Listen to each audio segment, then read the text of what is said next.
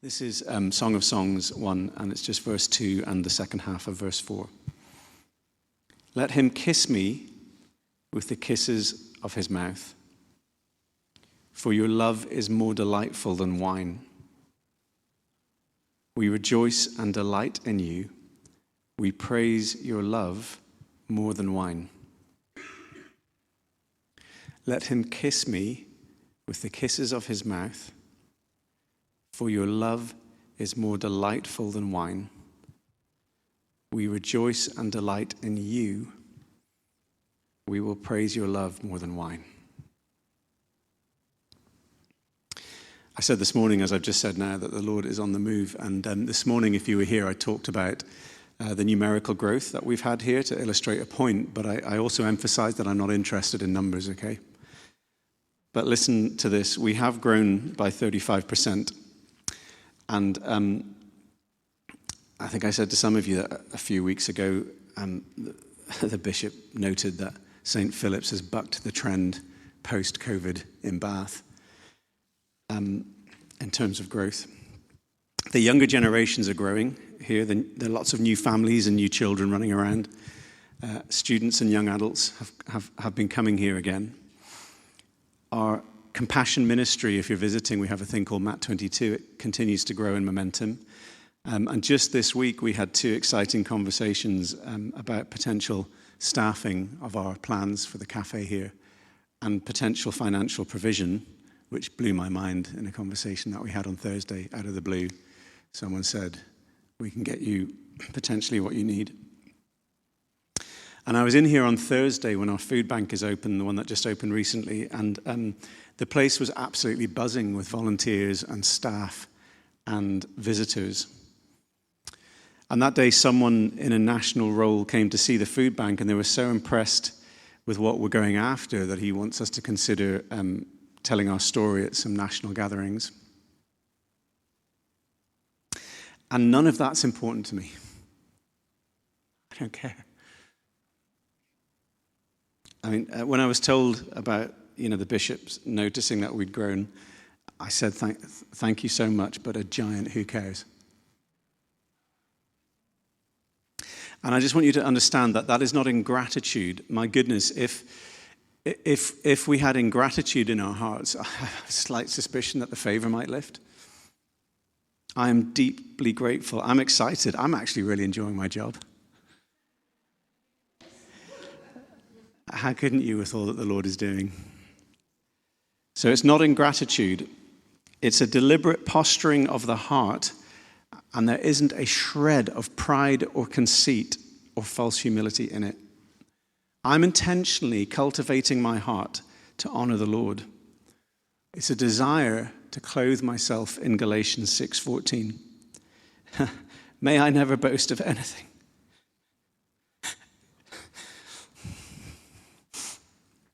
May I never boast of anything except in the cross. I'm not going to get through this verse.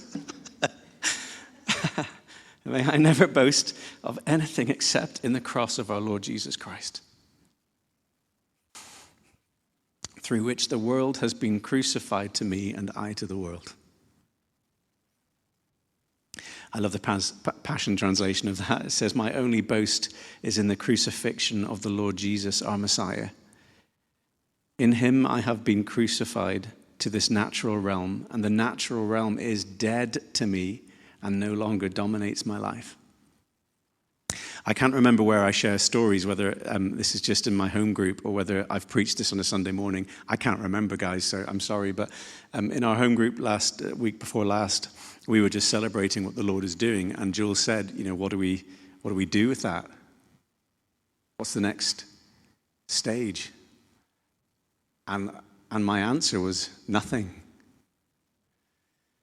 And our mate Matt in our home group said the mistake of many churches that have been blessed with a move of God is that they turn their minds to what to do with it.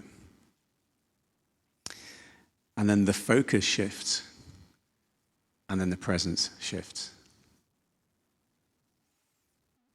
And there's something I want to articulate this evening.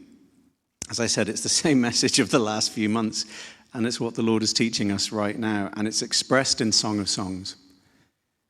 Your love is more delightful than wine. In biblical times, when water was often scarce, wine wasn't just a luxury, it was a necessity, and therefore it equated with life. There was something on wine that resonated with life. And life is flowing here. It was also associated, as you would imagine, with joy and celebration and festivity and expressing the abundant blessings of God. And God is blessing us, I feel, abundantly at the moment. And we must engage with that. We must be thankful and grateful and attentive and honoring and humble because he's doing it. We're in receipt of the favor of God at the moment. It's incredible. And it's not by our hands. It's intentionally not because of a strategy. It's the Lord, and the Lord alone is doing it. It's so encouraging, and it's right to be encouraged. And I look at what's happening, and I celebrate it. I can't deny that things are going well, and that the ministry of St. Philip's is successful in the natural realm. If we were into metrics and measures, we'd have loads to show the guys down at diocesan head office. And we could do seminars on what we're doing, and we could pitch to be a resource church and get some central funding, and I could take leadership training courses for advancement in the Church of England, and I could network and position us to be an influential church. But when I wrote that, the next thing I wrote was, please, Lord, keep us from that.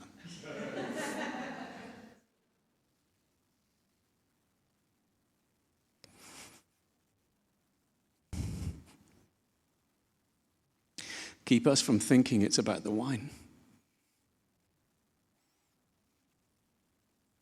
I got this phrase in my head on Friday, couldn't put it down. I love Jesus more than what he's doing. I love Jesus more than what he's doing. And it sounds strange because it sounds like I'm devaluing the very thing that he is doing, which is the very thing we're praying for him to do, but it's just not that at all. I'm not complacent or ungrateful, but I also don't want to become prideful because pride takes on oneself the glory that is only due to Jesus. Nor do I want to be distracted because it's just not about the wine. And I think we must be a church that gets that, a church that truly understands what it's truly about. Which is to say that we're a church that never moves on from Jesus himself. Let him kiss me with the kisses of his mouth, for your love is more delightful than wine. We rejoice and delight in you. We will praise your love more than wine. The Passion again says, we will remember your love, rejoicing and delighting in you, celebrating your every kiss as better than wine. His every kiss, like every moment of encounter, every time we sense his presence amongst us, every time we feel him close in the secret place, every emotion for him, every desire realized in him, every longing satisfied in him, every thought captive in him. The wine by its nature is intoxicating. I don't know if you've ever been in an environment where the manifestations of the Spirit are so exciting that they almost start to become more important than the Spirit himself. Then you get into the formula of chasing after that stuff. Or where the life of a church and the ministry of a church gets so energized and gains so much momentum that it actually becomes a distraction and a pull on resource, and it starts to look good, and we're motivated by measures and metrics and key performance indicators, KPIs. It sounds ridiculous, but Christians are actually, can you hear my heart on this? I'm teaching us, I'm not commenting on. Do you know what I mean when I say stuff like that? Okay.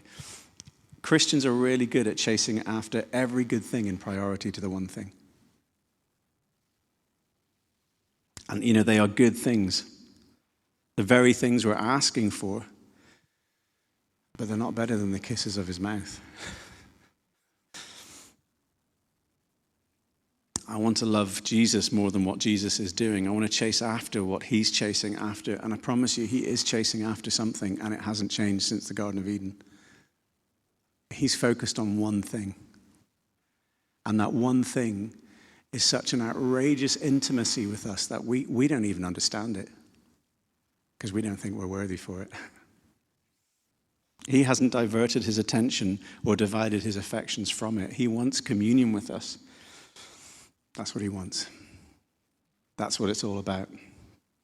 We think it's about salvation. I mean, it is about salvation, by the way. But there's something more than that. We think it's about compassion ministries. And it is about compassion ministries because that's the heart of the Father. But it's more than that. We think it's about healing and wholeness and hope and operating in the gifts of the Spirit. And it is that stuff, but there's more than that stuff. When I was a kid, I thought moving in the things of the Spirit was a sign of maturity. I didn't realize there was something more than that. It's communion. It's intimacy. If we think it's about the other stuff, we'll make our relationship with him about that stuff. And we'll call ourselves evangelists before we call ourselves anything else because we think it's about salvation. Or we'll call ourselves pastors because we think it's about compassion. What he wants us to do is just call ourselves sons and daughters and lovers. He wants us to call ourselves the bride because he doesn't want church to be about that stuff. He wants it to be about communion. Does that make sense? So many of us make it about that stuff and we fail to prioritize his priority, which is intimacy with us. Just love. I want us to experience the deeper kiss of his mouth. Why does no one preach that stuff? That he has revealed himself to us as a lover. That we are his bride and he is the groom. And the intimacy is so outrageous that we read Song of Songs and we get offended. Because in our fleshly thinking, we think it's about something else when it's not. It's about intimacy like you've never experienced. So for all that he's doing, I don't want us to worship him for the results or because of the results.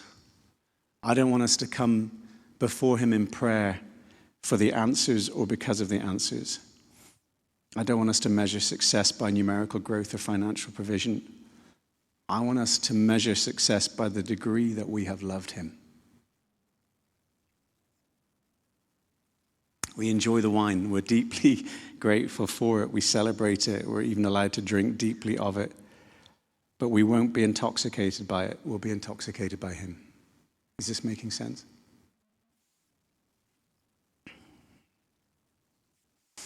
In the Old Testament, grain and oil were notable offerings that were presented to God to mark covenantal promise. And wine was another one. Wine was a big one for offerings of promise, covenant. And you know, in the New Testament, in this age, the age of the Spirit, we're aware now that the wine represents the blood of the new covenant of love. And it also represents the Spirit.